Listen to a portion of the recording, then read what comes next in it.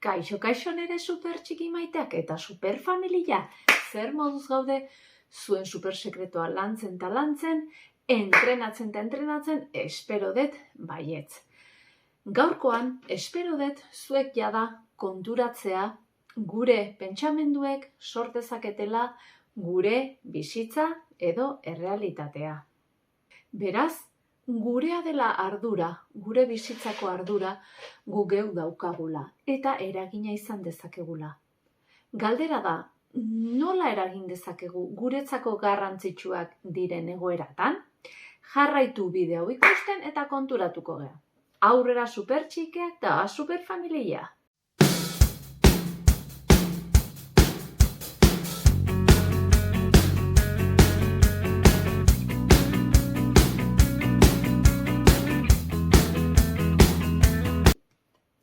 Ezaztu, trilogia derronetan topatuko dituzula super sekretu guztiak. Nere web horrian ikusiko duzu trilogiari buruz dagoen informazioa. Sartu eta kuxkuxatu. Ez galdu denbora. Beraz, nola aldatu dezakegu gure ingurunea? Zientziak ere gaur egun esaten du gure pentsamenduekin sortzen dugula gure errealitatea. Gehiengoak ze gauzetan jartzen dugu garrantzia? Ingurunea, gorputza eta denbora.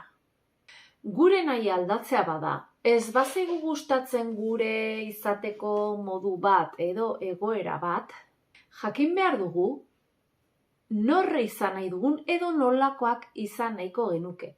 Eta agian gustoko dugun eredu bat bilatu eta hortik ikas dezakegu.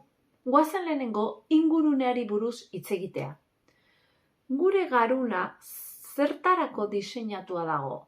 Jakingo duzuenez, ingurunea ezagutzeko bai, ezagutzak hartzeko eta esperientziak bizitzeko. Eta hori guztia hor almazenatzen da, ezta? Adibidez besteekin ditugun harremanak, bisitatutako tokiak, dauzkagun gauzak, iraganean eraman degun bizitza guztia hortxe gordeta daukagu. Loez gaudenean, egunerokotasun hortan, elkarrekintzan ibiltzen gea, ezta? Eta askotan, pentsamenduak ere antzekoak dira, beraz horregatik iruditzen zaizkigu pentsamenduak eta sentimenduak antzekoak egunetik egunera. Iraganean oinarritzen da iaia beti gure bizitza. Gure elkarrekintza gauza berdinekin egiten dugu, ezta? Adibidez, esnatzen gea, gozaltzen dugu, ikastolara goaz, segurazki korrika eta presaka, ondoren bazkaltzea, gero berriro ikastolara, eskolaz kanpoko ekintzak, etxeko lanak, afaldu, ohera, eta ziklo hori etengabe antzeko moduan bizitzen dugu. Askotan gauza berdinak ikusten gainea, bandereñoa, lagunak, eraikin berdinak, paisai berdina, elkarrekintzantzekoak, hau da, kanpoko eta barruko mundua, azkenean elkarrekintzan daude eta berdinak dira.